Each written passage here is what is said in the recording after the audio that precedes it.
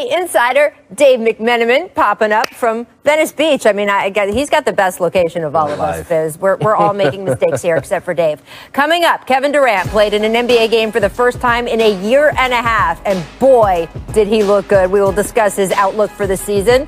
First, though, let's start with his teammate Kyrie Irving, who just moments ago, friends, spoke to the media for the first time. You will recall he was fined last week for failing to do his media obligations, which are, as I mentioned, in the CBA contract the players signed, when he said, "I do not talk to pawns." Apparently that has changed. Listen to Kyrie today.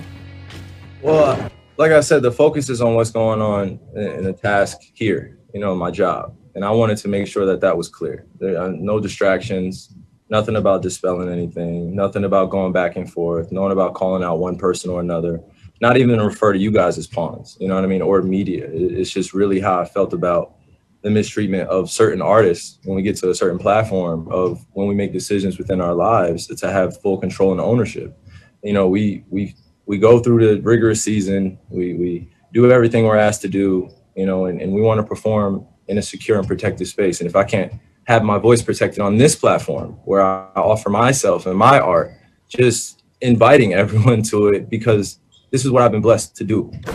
And then you got a two-time MVP coaching you, man. I'm like, I think I got to take back my comments in terms of head coach back a few months ago. But it's just like, man, we have such a great synergy.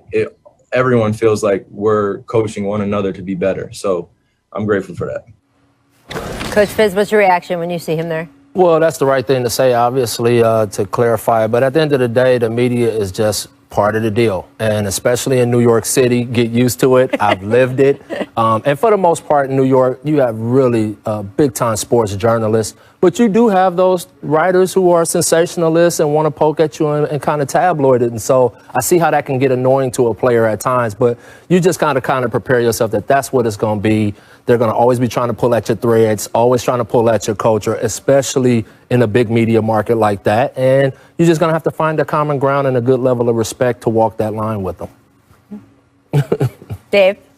Well, speaking as someone who covered him day in, day out for 3 years and didn't really feel like I had a different advanced relationship with him at the end of those 3 years than I did on day one, all I ask as someone, speaking on behalf of the media corps and advocate for the job we do, is just fulfill your obligations. Don't have to be friends with us, but speak to us after games, because if ultimately what you seek is understanding for the art that you are putting out there, the best way we can understand it is if we hear it directly from you. Because otherwise, we got to talk to other people who can interpret what you're doing and then put those quotes and that information in our stories versus getting it straight from the source. And so today, I hope, was an olive branch, because listen, the Nets are going to be one of the most fascinating teams all season long. Yes. Kyrie's one of the most fascinating characters in that group. So let's hear it directly from the horse's mouth.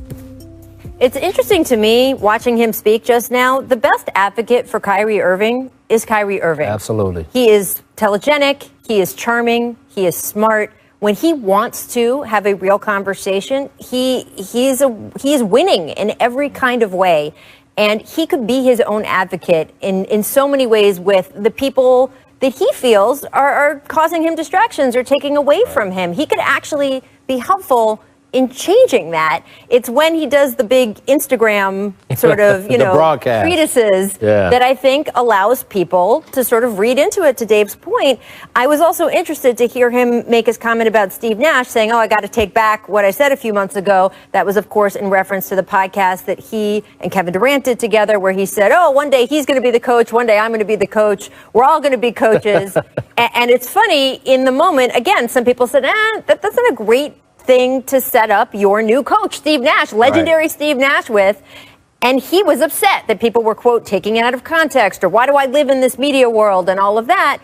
Well, today he said himself, I got to take back what I said. Right. So clearly he knows now that was not the right thing to say.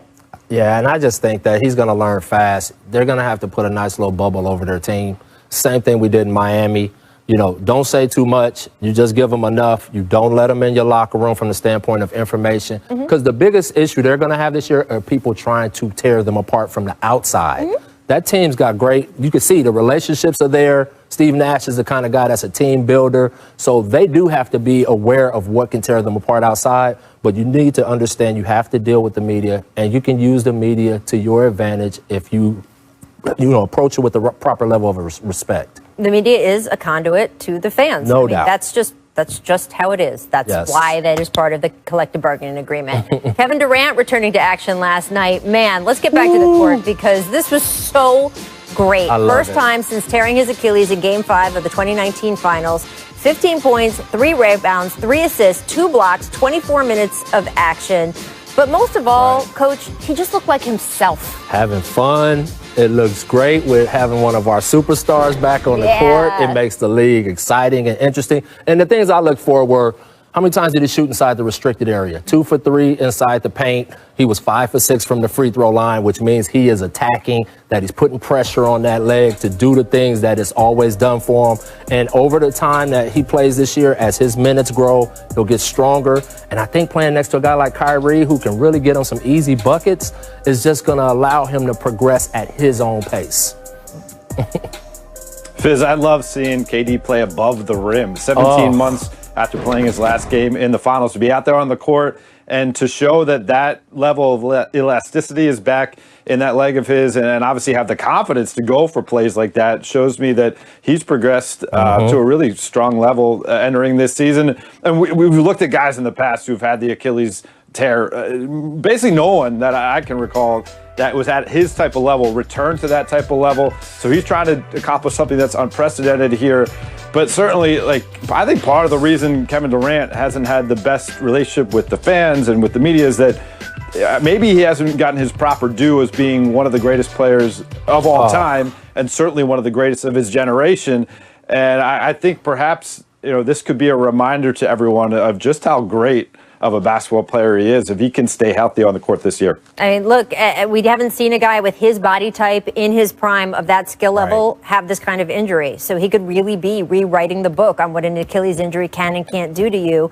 And the chemistry he had with Kyrie on the court was remarkable. And you could see it in every moment. And them together, the way they complement each other, gave you hope, if you're a Nets fan, that this is really, really going to be something. And that chemistry, by the way, also apparent, not just in the game.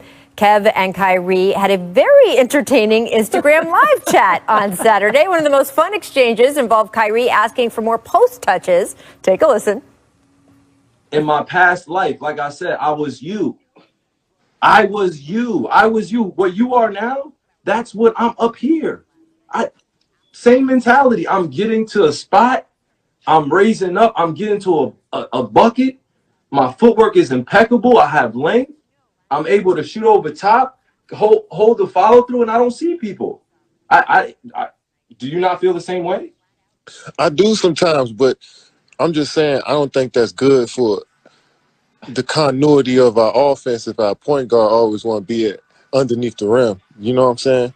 You know what? That can come off. That can come off. You get what I mean? I do. You're right. That can come off like I'm trying to implement myself. Just okay. So what about? Yeah. So what about 7 post-ups instead of 8? I mean, we negotiated. I thought we was going to do 2.5 or 2.5 post-ups a game. The half one is like I throw you the ball in the post and you just throw it right back out to me. No, but I'm also saying I feel like every play down I have a mismatch, no matter who's in front of me. So I think that mentality mixed with having that post guard is a great balance, for our squad, for our offense. Yeah, we're going to see, though. I know my post-ups are negotiable, but I think 4.5 works, like 8. That what? We'll see. Dave, do I hear 5? Do I hear 6? Where are we going here? 3? What did you feel like watching these guys do this in real time? Well, I mean, to see them hash things out over an Instagram Live shows us that, wow, we are in a different era of NBA basketball. And okay, that's okay. Like, this is like the lunch table type of conversation, and you don't have to take it to be so literal that they're going to be rewriting the playbook and handing it to Steve Nash before the first game of the regular season. But I think it's also interesting to know that he's one of the best improvisational players we've seen in the game. and he wants to map out how he goes about his offense, which, could be that he's on such a high level that he can think that many plays ahead, or it could be this is just two guys having fun talking about the game. I think it's two guys having fun, but Kyrie is a great post-up guard. He doesn't get enough credit for that, but I love KD's response to him. It was so coach-like. I don't think that's best for our team right now. And so, talking about floor balance and things like that. So I love that coming from KD, but you're talking about this is a better, on paper, they fit better than LeBron and Kyrie, right? Because LeBron needs that ball in his hands a lot. He's a playmaker, a guy like that. Both of those guys were like that. But now you put KD with them, who in his whole career has been one of the most efficient players when it comes to getting buckets. 1, 2, 3 dribble max to get wherever he wants to get a bucket. With Kyrie being that showman who can put it on the floor, do anything with the ball, I think they got so many options to play off of each other. And again, I think this helps KD get himself going again, get his legs back underneath him, and not feel the pressure to have to come out and be old KD right away. Plus, by the way, it was the return of Kevin Durant last night, and that was amazing. We haven't seen Kyrie Irving hoop in a while either because of various injuries in the bubble and everything else. That man